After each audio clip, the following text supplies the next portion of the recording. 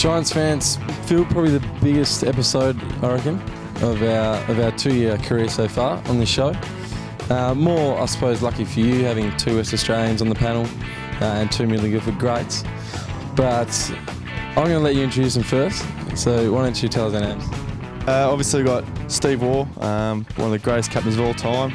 Simon Katich, one of the greatest opening batsmen, number 6, number 4, Mr. Fix-It in the middle order there for a while, then Cavalier opening batsman. So it's pretty exciting. A rare opportunity that you get 2 of the greats on G1G3. So welcome, Steve. Thanks, boys. Thanks for having us. Thanks very much.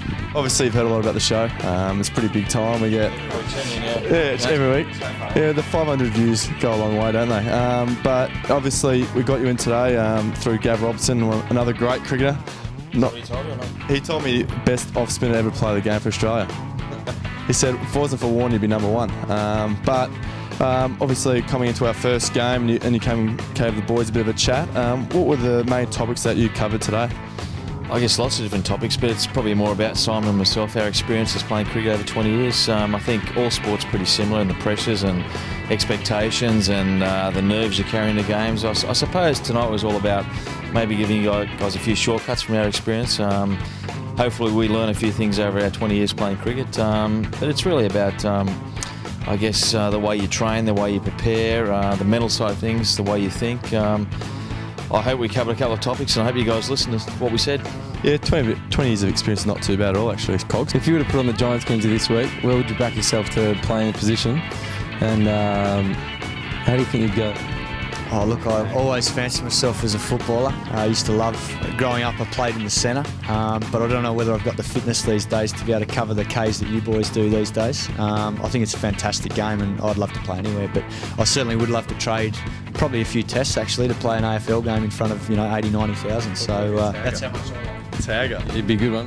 Nice, Steve. Good question. I never played the Aussie rules as a kid. I played every other sport, but in soccer I was always a goal scorer, so I'd fancy myself, I guess, up the front and trying to be the hero and be the guy that gets the goals. He's got the ball there. If I put you guys 30 metres out directly in front, loser has to run 10k, all right? Who'd be running out of you two?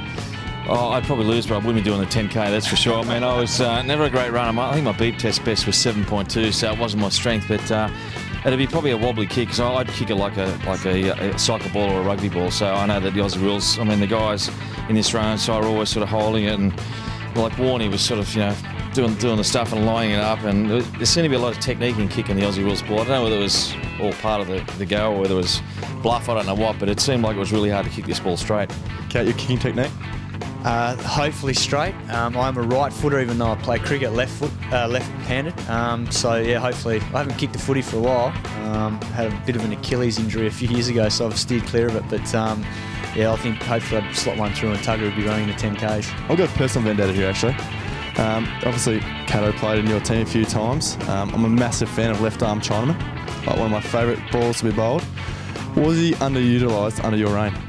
No, because I always tried to get in the bowl, but he wouldn't bloody bowl. He'd always, no, well, you got a better option, try someone else. I think, I actually have Cato a pretty good run, but I think he was underutilised in the next reign going forward. I think he should have bowled a bit more then, but Cato was a reluctant bowler, but could bowl pretty well. What was that, mate? I think one day at the MCG, Tugger bowled me for 45 overs because Stewie McGill got rubbed out and I couldn't move my shoulder for the next probably week.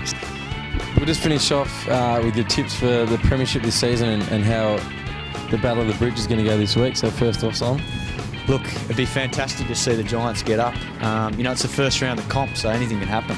Both teams are coming in after pre-season, so even though the Swans are reigning premiers, anything can happen in this game. So it'd be good to see you boys get up. What are you going to say, Sydney? Yeah, no, it's a wrong program to tip Sydney, isn't it, really? Look, I'm a Sydney boy. I'm very pro. I'd like to see, obviously, one of the Sydney sides win, and I'd like to see you guys do well. I mean, anything's possible in sport if you believe in yourself and you do the hard work. I think for the Giants this year, it's all about improving, getting better. I can see that happening. It's a really good culture in the club. And at the end of the day, I guess you're judged on the results, but we've got to, I guess, look a bit more long-term with this group. And I think the next couple of years, we're going to see you guys at your best. But anything is possible in sport. Phil, we've had some superstars in this show. Israel Folau, Mel Doyle, but to have 2 legends, to have 2 legends on this, it's much appreciated from both of us. And Westy, and a West Australian. West Australian. So thank you very much for coming on, guys. No worries. No Our worries. pleasure.